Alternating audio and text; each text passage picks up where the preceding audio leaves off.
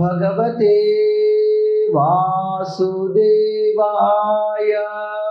జగన్నాథాష్టకం, అందులో ఇవాళ మనం 3వ శ్లోకం చదువుకుంటున్నాం. మహాంబోధే స్థిరే కనకరుచిరే నీలశిఖరే వసన్ ప్రాసాదాంతః. మహాంబోధి అంటే బంగాళాఖాతం, మహాసముద్రం అని అర్థం. మహాంబోధే స్థిరే, ఈ ఏదైతే మనం ఇప్పుడు బంగాళాఖాతం అని పిలుచుకుంటూ ఉంటామో, శాస్త్రాల్లో దానికి మహాంబోధి, పూర్వపయోధి అలా కొన్ని పేర్లు ఉన్నాయి. మహాంబోధే స్థిరే, అటువంటి ఆ మహాసాగర తీరంలో కనకరుచిరే నీలశిఖరే, కనకరుచిరే నీలశిఖరే, నీలశిఖరే నీలాద్రి పర్వతం ఉంది. ఎలా ఉంది ఆ నీలాద్రి పర్వతం? కనకరుచిరే అంటే బంగారు రంగులో అది దగదగలాడుతుంది. కనకరుచిరే నీలశిఖరే వసన్ ప్రాసాదాంతః, అక్కడ ఒక అద్భుతమైన మందిరం ఉంది, ప్రాసాదం, అందులో నివసిస్తున్నాడట భగవంతుడు. మహాంబోధే స్థిరే కనకరుచిరే నీలశిఖరే వసన్ ప్రాసాదాంతః. ఆ పూరి మందిరంలో భగవంతుడు నివసిస్తున్నాడు. మనకు శాస్త్రాల్లో అనేక పుణ్యక్షేత్రాలు చెప్పారు. వాటిల్లో 7 ప్రత్యేకమైనవి. అయోధ్య, మథుర, మాయా, కాశీ, కాంచి, అవంతిక, పురి, ద్వారావతి చైవ సప్తేశో మోక్షదాయకే. ఆ తర్వాత అలాగే ఈ 7 అయోధ్య, బృందావనం, ఆ తర్వాత హరిద్వారం, అలాగే కాశీ, తర్వాత కాంచీపురం, అవంతి అంటే ఉజ్జయిన్, తర్వాత ద్వారకాపురి, కొంతమంది ఏమో అదే పూరి అని చెప్తుంటారు. ఇలా ఈ 7 ప్రదేశాలు చాలా ముఖ్యమైనవి, పవిత్రమైనవి. ఆ తర్వాత అలాగే ఈ 7 అయోధ్య, బృందావనం, ఆ తర్వాత హరిద్వారం, అలాగే కాశీ, తర్వాత కాంచీపురం, అవంతి అంటే ఉజ్జయిన్, తర్వాత ద్వారకాపురి, కొంతమంది ఏమో అదే పూరి అని చెప్తుంటారు. ఇలా ఈ 7 ప్రదేశాలు చాలా ముఖ్యమైనవి, పవిత్రమైనవి. మనము వింటూ ఉంటాం చార్ధామ్, చార్ధామ్, 4 ధామాలు. ఏ 4 ధామాలైనా మనం చార్ధామ్ అని పిలవచ్చు. కానీ ఉత్తరాఖండ్లో ఏదైతే సహజంగా చార్ధామ్ యాత్ర అని ఈ రోజుల్లో చెప్తున్నారో, గంగోత్రి, యమునోత్రి, బద్రీనాథ్, కేదార్నాథ్, నిజానికి ఆ 4టిని చోటా చార్ధామ్ అంటారు. చార్ధామ్ అంటే భారతదేశం నలుమూలలా ఉన్న 4 ధామాలు. అవేమిటి? బద్రీనాథ్, రామేశ్వరం, పూరి, ద్వారక.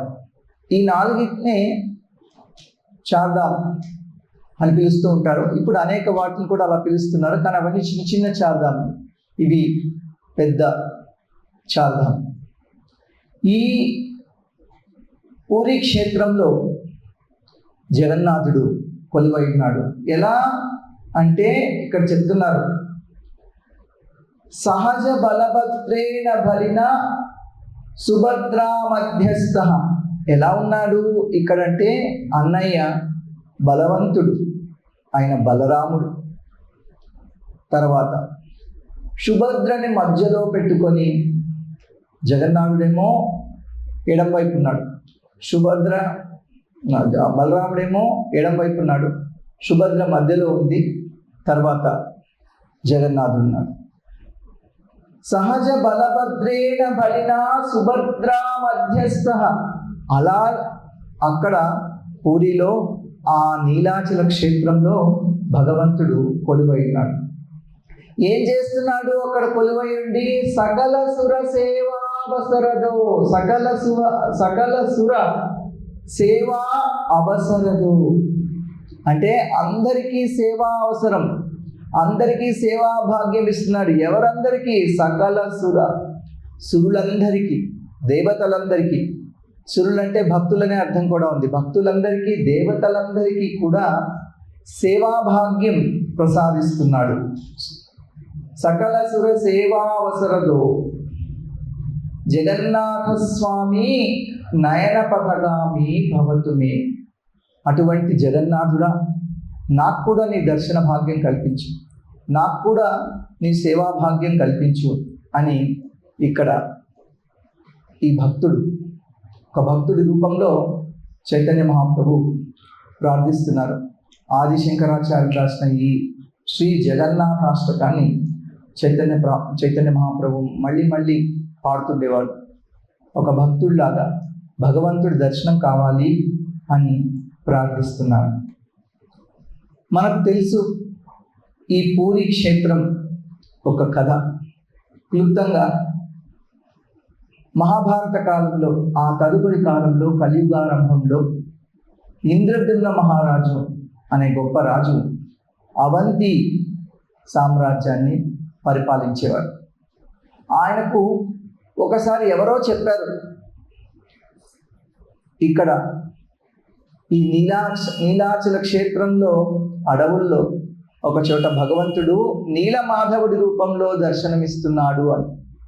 ఎలా అయినా సరే భగవంతుడిని చూడాలి, భగవంతుడి శ్రీ విగ్రహాన్ని దర్శించుకోవాలి అనే కోరిక కలిగి ఇంద్రద్యుమ్నుడు విద్యాపతి అనే బ్రాహ్మణుడిని చూసి రమ్మని పంపించాడు. ఎక్కడున్నాడో భగవంతుడు. చాలా కాలం ప్రయాణించిన తర్వాత అనేక చోట్లకు వెళ్ళి చివరికి ఈ నీలమాధవుడు ఎక్కడున్నాడో తెలుసుకొని విద్యాపతి అక్కడికి వెళ్ళాడు. అక్కడ కొంతమంది శబరులు, ఇప్పుడు మన ట్రైబల్స్ ఉంటాం కదా, వాళ్ళ యొక్క శబరుల యొక్క నాయకుడు విశ్వవసుడు, ఆయన ఏకాంతంగా ఈ నీలమాధవుణ్ణి సేవిస్తున్నాడు. అక్కడికి వెళ్తాడు. వాళ్ళ ఇంట్లో కొన్నాళ్ళు ఉన్నాడు విద్యాపతి. కానీ ఆయనకు నీలమాధవుడు ఎక్కడున్నాడో తెలియలేదు. కానీ ఒక్కటి తెలుసుకున్నాడు, ప్రతిరోజు కూడా రాత్రిపూట విశ్వవసుడు ఎక్కడికో వెళ్తాడు, మళ్ళీ తర్వాత రోజు మధ్యాహ్నం వరకు వస్తాడు. వచ్చినప్పుడు ఆయనతో చాలా చందనము, గుమగుమలాడే చందనము, తర్వాత భగవంతుడికి అర్పించిన ధూపము, దీపము, నైవేద్యము ఇవన్నీ తీసుకొని వస్తున్నాడు. కాబట్టి ఎక్కడో ఉంటాడు అని, ఎక్కడో దగ్గరలో ఉన్నాడని ఆయనకు తెలిసింది.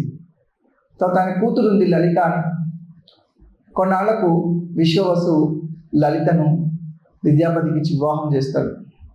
అప్పుడు ఈయన తన భార్య ద్వారా అడిగిస్తున్నాడు, నాకు నీలమాధవుడి దర్శనం కావాలి, నీలమాధవుడి దర్శనం కావాలి. విశ్వవసుకి వేరే వాళ్ళు వచ్చి దర్శనం చేసుకోవడం ఇష్టం లేదు. అయినా ఇప్పుడు అల్లుడు కదా, కూతురు అడుగుతుంది కదా అని చెప్పి ఈయనకు తీసుకెళ్తాను, కాకపోతే నీ కళ్ళకు గంటలు కట్టి నేను తీసుకెళ్తానని చెప్పి నేను తీసుకెళ్ళాడు. అప్పుడు ఈయన ఏం చేస్తున్నాడు విద్యాపతి అంటే, ఒక బస్తా నిండా ఆవాలు తీసుకున్నాడు. ఆవాలు అన్ని చోట్ల అక్కడక్కడ దారిలో చల్లుకుంటూ వెళ్ళాడు. కొన్నాళ్ళు అయిన తర్వాత అవి మొలకెత్తి ఆవ చెట్లు వచ్చాయి. వెళ్తాడు, అక్కడ దర్శనం చేపిస్తాడు. అక్కడ తీసుకెళ్ళిన తర్వాత కళ్ళకు గంటలు తీసి ఈయనకు అర్థమైంది. తర్వాత కొంతకాలానికి మళ్ళీ విద్యాపతి తిరిగి వెళ్ళి ఇంద్రద్యుమ్నుడు చెప్తాడు, ఇక్కడ నీలమాధవుడు ఉన్నాడు ఈ ప్రదేశంలో. ఇంద్రద్యుమ్నుడు ఎంతో ఆనందంగా భగవంతుడు దర్శనం చేసుకోవడానికి తన అనుచరులతోటి, సైన్యంతో వస్తాడు. కానీ నీలమాధవుడు అంతర్ధానం అయిపోతాడు. నీలమాధవుడు ఎప్పుడైతే అంతర్ధానం అయిపోయాడో ఈయనకు ఎలా భగవంతుడిని చూడాలి, నేను చూడలేకపోయాననే దుఃఖంలో 3 రోజులు ఏమి తినకుండా ధ్యానంలో భగవంతుడినే ప్రార్థిస్తుంటాడు. ఆ తర్వాత నారదముని అతనికి కనిపించడం, భగవంతుడు ఇక్కడ మళ్ళీ సాక్షాత్కరిస్తాడు దారు బ్రహ్మ రూపంలో అని చెప్పడం జరిగింది. కొంతకాలానికి ఈ మహాంబోధి పూర్వపయోధి ఈ సాగర తీరంలో ఒక పెద్ద దారు అక్కడ నీళ్ళలో కొట్టుకొచ్చింది. అప్పుడు భగవంతుడు ఆదేశించిన ప్రకారం ఇంద్రద్యుమ్నుడు జగన్నాథుడు, బలభద్రుడు, సుభద్ర విగ్రహాలను ఈ దారుతో చేయించాలి అని సంకల్పించి విశ్వకర్మ ద్వారా ఇది చేయించాలి అని నిశ్చయించుకుంటాడు. అప్పుడు విశ్వకర్మ కూడా అక్కడికి వస్తాడు మారువేషంలో. ఆయన ఏం చెప్తున్నాడంటే, నాకు కొంతకాలం పడుతుంది ఈ శ్రీ విగ్రహాలను తయారు చేసే వరకు, అప్పటి వరకు లోపలికి ఎవరు రాకూడదు, నేను ఒక్కడనే లోపల ఉండి చేస్తాను. ఇలా జరుగుతుంటుంది. కొంతకాలం గడిచిపోయింది, ఎవరు బయటికి రావట్లేదు. అసలు ఈయనకి ఏమైంది లోపల? ఈ విశ్వకర్మ ఒక వృద్ధుడి రూపంలో వచ్చాడు, ఉన్నాడా లేడా అని తొందరలో రాజుగారికి తెలియకుండా మందిరం యొక్క ద్వారాలు తెరిపించి అక్కడ చూస్తే విగ్రహాలు ఇంకా పూర్తిగా తయారు కాలేదు. ఇంకా కాళ్ళు లేవు, చేతులు లేవు విగ్రహాలు. అయితే ఆయన ఏం చెప్తాడు, మధ్యలో మీరు వచ్చి ఇలా రాకూడని సమయంలో మీరు వచ్చారు కాబట్టి నేను ఇంకా చేయను, విగ్రహాలు ఇలాగే ఉంటాయని చెప్పి ఆయన వెళ్ళిపోతాడు. మళ్ళీ రాజుకు చాలా దుఃఖం కలుగుతుంది. అదేమిటి, శ్రీ విగ్రహాలు ఇలా ఉన్నాయి, మళ్ళీ నారదముని రావడం, భగవంతుడే ఇలా ఉండాలి అని అనుకుంటున్నాడు. ఎందుకంటే ఎలా ఉన్నాడు జగన్నాథుడు, పెద్ద పెద్ద కళ్ళతోటి, చేతులు కాళ్ళు లోపలికి వెళ్ళిపోయి ఒక ప్రేమోన్మాదంలో ఒక ఆధ్యాత్మిక ఆనందం అనుభవిస్తున్నాడు భగవంతుడు. ఏ విధంగా అయితే మనం చైతన్య చరితామృతులు చదువుకుంటామో, భగవంతుడు కూడా భక్తుడిగా వచ్చినప్పుడు ఆయనకు అష్టసాత్విక వికారాలు కలిగి చైతన్య మహాప్రభుకు ఆయన శరీరంలో అంగాలన్నీ చిన్నగా అయిపోయాయి ఒక్కొక్కసారి.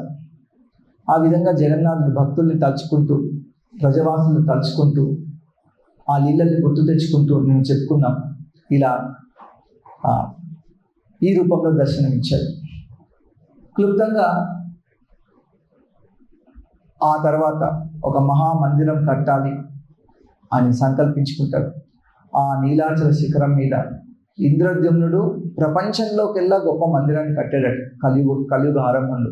ఇప్పుడున్న మందిరం అది కాదు, ఆ తర్వాత కాలంలో మళ్ళీ 10వ శతాబ్దంలో కట్టిన మందిరం ఇది. కానీ ఏం చెప్తున్నారంటే, ఇటువంటి మందిరం ప్రపంచంలో లేదు, అంత గొప్పగా ఆయన మందిరాన్ని కట్టించాడు. వసన్ ప్రసాదాంత, ఆ మందిరంలో భగవంతుడు కొలువై ఉన్నాడు. అన్ని వైష్ణవ పరంపరల ఆచార్యులు, ఇంకా కూడా అద్వైత పరంపరలో ఉన్న శంకరాచార్యులు కూడా పూరికి వచ్చారు, పూరిలో నివసించారు. శంకరాచార్యులు గోవర్ధన మఠం పెట్టారు అక్కడ. వల్లభాచార్యులు అక్కడ భాగవత్ పారాయణం చేశారు. నింబార్కాచార్యులు అక్కడ కొంతకాలం ఉన్నారు. రామానుజాచార్యులు, మధ్వాచార్యులు అక్కడికి వచ్చారు. మన చైతన్య మహాప్రభు 24 సంవత్సరాలు పూరిలో ఉన్నారు భగవంతుడిని. తర్వాత భగవంతుడిని సేవించారు అక్కడ. ఆ తర్వాత మనం అనేక చోట్ల చూస్తుంటాం, అనేక పుణ్యక్షేత్రాలు ఆచార్యులు దర్శిస్తూ ఉంటారు. ఒక చోట భాగవతంలో చెప్పబడింది ఏమిటి, ఒక చోట భాగవతంలో చెప్పబడింది, బలరాముడు తీర్థయాత్రకు వెళ్ళాడు. బలరాముడు ఎందుకు తీర్థయాత్రకు వెళ్ళాడు అంటే, రోమహర్షణ సుతుడిని వధించిన తర్వాత బ్రాహ్మణులు, అయ్యా నీకు బ్రహ్మహత్యా పాతకం సంభవిస్తుంది, ఇలా ఎందుకు చేశావు, ఇలా చేయకుండా ఉండాల్సింది అంటే, సరే నేను కూడా ప్రాయశ్చిత్తం కోసం తీర్థయాత్రలు చేస్తానని అనేక ప్రదేశాలకు తీర్థయాత్రలకు వెళ్ళాడు భగవంతుడు బలరాముడు. ఆయన తీర్థయాత్రలకి ఇక్కడికి కూడా వచ్చాడట. ఎక్కడికి? పూరి క్షేత్రంలో. అక్కడికి వచ్చి శ్రీ విగ్రహాలను బలరాముడు దర్శించుకున్నాడని భాగవతంలోనే ఉంది స్వయంగా. ఇలా అనేక మంది ఆచార్యులు, బలరాముడితో మొదలు పెట్టుకొని అనేక మంది ఆచార్యులు ఇక్కడికి వచ్చి దర్శనం చేసుకున్నారు. ఇక్కడ అందరికీ కూడా ఏ విధంగా అయితే చెప్పారో, సకల సుర సేవావసరత, అందరికీ సేవా భాగ్యం ఇక్కడ ప్రసాదించాడు భగవంతుడు. అటువంటి జగన్నాథుడు మనకు కూడా దర్శనం ఇవ్వాలని, మనకు కూడా సేవా భాగ్యం కల్పించాలని మనం ఈ జగన్నాథ అష్టకం పాడుకుంటూ కోరుకుందాం. హరి కృష్ణ.